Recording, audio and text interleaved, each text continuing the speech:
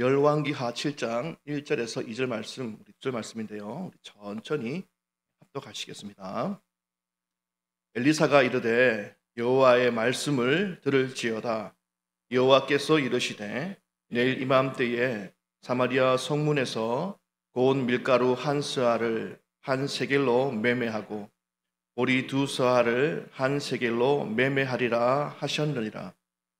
그때의 왕이 그의 손에 의지하는 자 곧 한 장관이 하나님의 사람에게 대답하여 이르되 여호와께서 하늘에 창을 내신들 어찌 이런 일이 있으리요 하더라. 엘리사가 이르되 내가 내 눈으로 보리라. 그러나 그것을 먹지는 못하리라 하니라. 아멘. 열왕기서는요 왕들의 이야기를 담은 책입니다.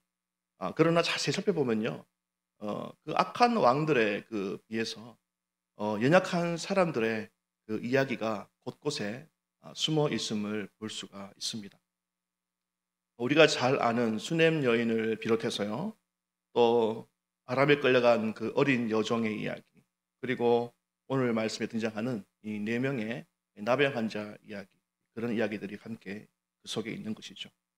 성경은 이들을 통해서 역사하시는 하나님의 그 능력을 나타내므로 역사를 주관하시는 분이 인간의 그 왕이 아니라 하나님 자신임을 의도적으로 밝히시는 것 같습니다.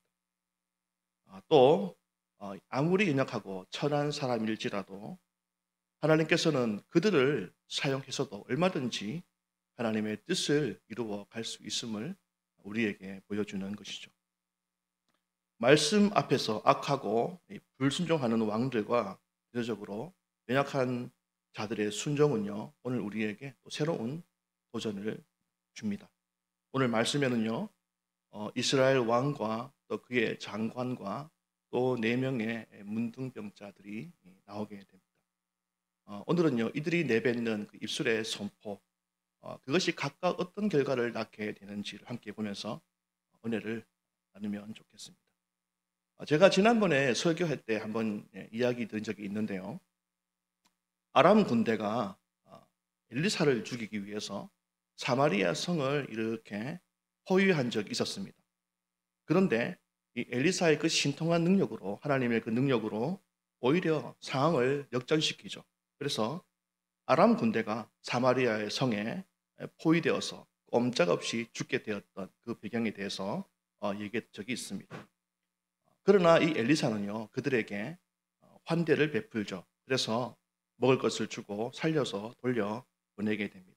하지만 이 아람 왕과 그의 군대를 죽이고 싶었던 이 북이스라엘의 왕은요, 이 엘리사가 허락하지 않아서 죽일 수 없는 그 마음, 그 속으로는 탐탁지 않게 여기는 그 마음을 또 볼 수가 있었죠. 이런 일이 있었음에도 불구하고 아람의 군대는요, 또 한 번 더 이스라엘을 치러 옵니다. 그리고 사마리아 성을요, 이번에는 완전히 에워싸서 포위를 하게 되는데 얼마나 꽁꽁 쌌으면 아무도 나가고 들어올 수 없는 그 상황을 완전히 만들어버린 것이죠. 이제는요, 이 이스라엘은요, 꼼짝없이 그 속에서 굶어 죽게 생기게 된 것입니다. 성 안의 굶주림이 얼마나 심했던지 열왕기하고 앞장인데요, 6장 24절 25절 말씀 보면요, 이런 말씀이 있습니다. 우리 함께 읽어보겠습니다. 이후에 아람 왕 벳하닷이 그의 온 군대를 모아 올라와서 사마리아를 에워싸니 아람 사람이 사마리아를 에워싸므로 성중이 크게 줄여서 나귀 머리 하나에 은 80세겔이요 비둘기 똥 4분의 1 값은 은 5세겔이라 하니. 아멘. 그러니까요, 나귀 머리가 은 80세겔에 팔리고 있다, 이렇게 이야기하죠. 나귀 머리는 율법으로 그만 부정한 음식입니다. 그리고 음식으로 봐서도 사실은 뭐 먹을 게 없는 그런 부위가 아니겠습니까? 그럼에도 불구하고 오늘 이 말씀에는요, 은 80세겔, 그러니까 이 장정 1년치의 그 봉급에 해당하는 그 값에 팔리고 있다라는 거예요. 또한 이 비둘기 똥, 죄송합니다. 아직 똥 얘기는 너무 무서워서 이 비둘기 똥 그것은 뭘 만큼 상황이 굉장히 절박함을 보게 되죠.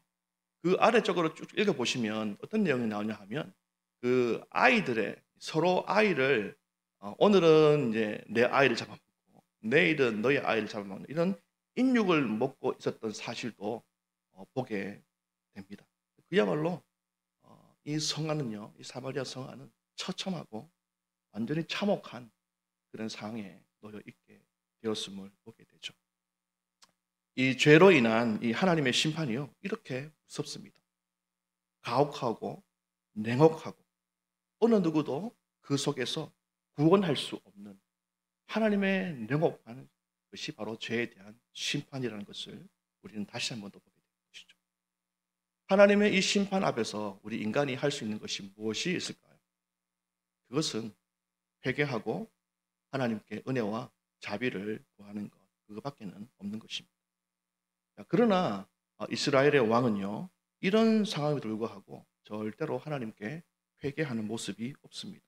오히려 이스라엘에 임한 이 재앙이요, 엘리사가 처음에 설명했던 그 배경처럼 아람 왕과 군대를 돌려보냈기 때문에 이런 일이 일어났다고 생각하면서 엘리사를 죽이려고 하는 거예요. 그것이 바로 열왕기하 6장 31절에 나와 있습니다. 우리 함께 읽습니다. 왕이 이르되 사밧의 아들 엘리사의 머리가 오늘 그 몸에 붙어 있으면 하나님이 내게 벌 위에 벌을 내리실지로다 하니라. 이처럼 이스라엘 왕은요, 하나님께 범죄한 자신의 죄를 깨닫지 못하는 거예요. 그는 여전히 단과 베들의 금송아지를 없애지 않고 있습니다. 그리고 백성들이 절기를 따라 그 예루살렘으로 올라가는 것을 막고 있죠. 그리고 오히려 금송아지에게 절하도록 우상을 숭배하도록 강요하고 있는 것이죠. 또한 이 레위 자손은요, 레위 자손이 이 제사장이 되어야 되는데 일반 백성들에게 그 역할을 하게 하면서 제사를 지내게 했던 아주 악한 왕이죠. 이 이스라엘 왕은요, 마치 애굽의 바로와 같다라는 생각을 할 수밖에 없습니다. 마음이 아주 완고하고 강팍하고 그리고 하나님을 두려워함이 없는 거예요. 이런 죄악 속에서도 오늘 우리가 읽었던 그 본문의 그 7장 1절의 말씀, 그 말씀에 하나님의 말씀이 이스라엘에 선포되고 있습니다. 그 말씀을 우리 한 번 더 읽어보겠습니다. 엘리사가 이르되 여호와의 말씀을 들을지어다. 여호와께서 이르시되 내일 이맘때에 사마리아 성문에서 고운 밀가루 한 스아를 한 세겔로 매매하고 보리 두 스아를 한 세겔로 매매하리라 하셨느니라. 아멘. 하나님께서는 엘리사를 통해서 하나님의 그 말씀을 이스라엘에 선포하십니다. 사람은요, 이 하나님의 이 음성을 들어야 하는 거예요. 하나님의 음성을 들어야만 우리는 살 수가 있는 거죠. 그런데 정말 다급하고 중요한 일이 생기면 도무지 하나님의 말씀을 듣지 않는다라는 것입니다. 도저히 하나님의 말씀을 끈기 있게 기다리지 못한다는 데 우리의 문제가 있다라는 것이죠. 하나님의 음성을 기다린다는 것은요, 내가 할 수 있는 것이 없음을 뜻하는 거죠. 그리고 하나님만 신뢰하기로 작정하는 것입니다. 우리가 할 수 있는 일과 할 수 없는 일을 분명하게 구별할 줄 알아야. 우리가 할 수 있는 일은요, 하나님께 순종하면 되는 것이고, 우리가 할 수 없는 일은 하나님을 신뢰하고 기도하면서 기다리면 되는 것입니다.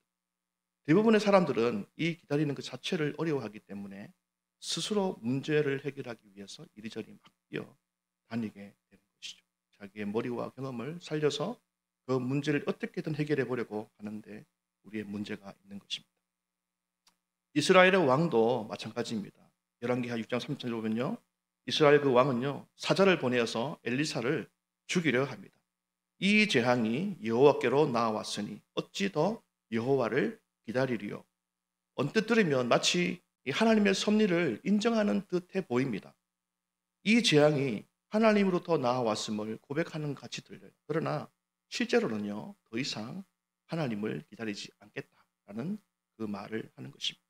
그것은 왕의 선택을 보면 더욱더 분명하게 알 수 있죠. 그는 사자를 보내서 지금 엘리사를 죽이려고 하는 것입니다. 왕은 하나님의 그 심판 앞에서 신뢰하며 기다려야 했고 말씀 앞에 엎드려서 그의 음성의 귀를 기울여야 했던 것입니다. 그러나 그는 하나님을 더 이상 기다리지 않고 하나님의 그 주권에 반항하는 모습을 보게 되는 것입니다. 그리고 왕은 그 백성들이 원망할 그 대상을 자신이 아닌 엘리사에게로 돌리는 모습을 보게 되죠. 이것이 굉장히 무능하고 악함을 볼 수가 있는 것입니다.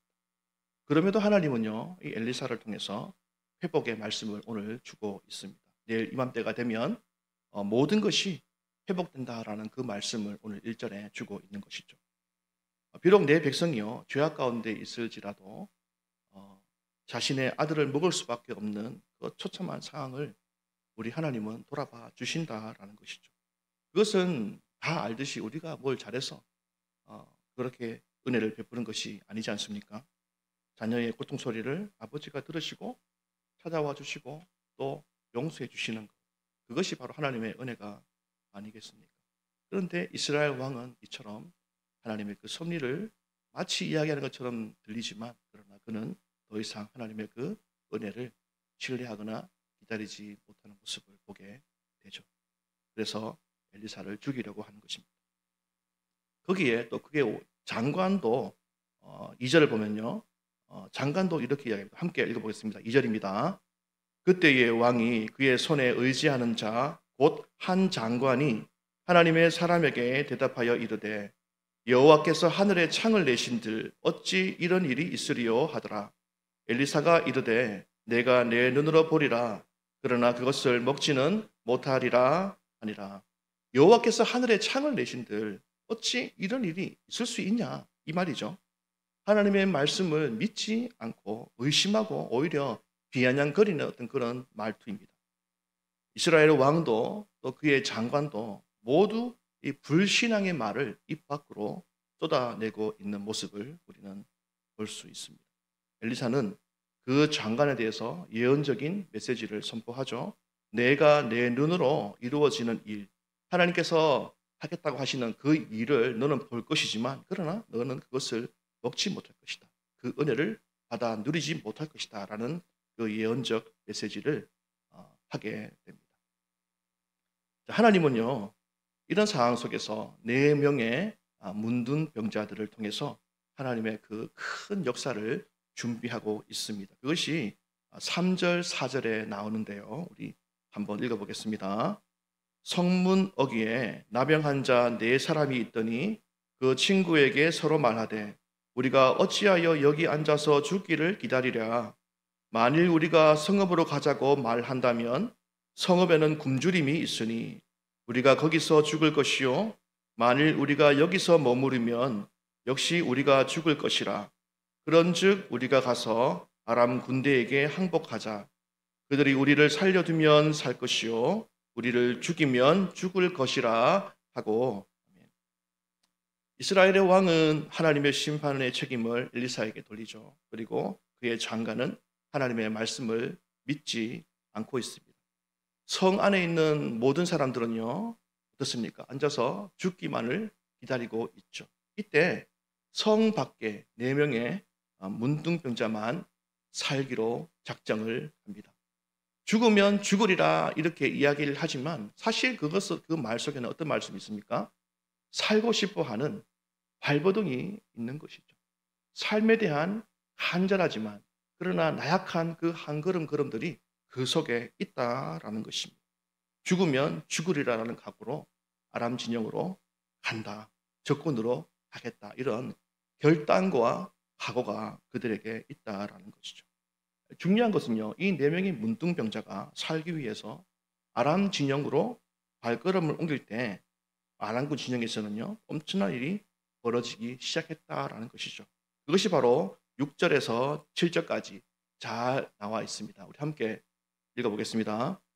이는 주께서 아람 군대로 병거 소리와 말 소리와 큰 군대의 소리를 듣게 하셨으므로 아람 사람이 서로 말하기를 이스라엘 왕이 우리를 치려하여 헷 사람의 왕들과 애굽 왕들에게 값을 주고 그들을 우리에게 오게 하였다 하고 해질 무렵에 일어나서 도망하되 그 장막과 말과 나귀를 버리고 진영을 그대로 두고 목숨을 위하여 도망하였음이라. 아멘. 지금 무슨 일이 일어나고 있습니까?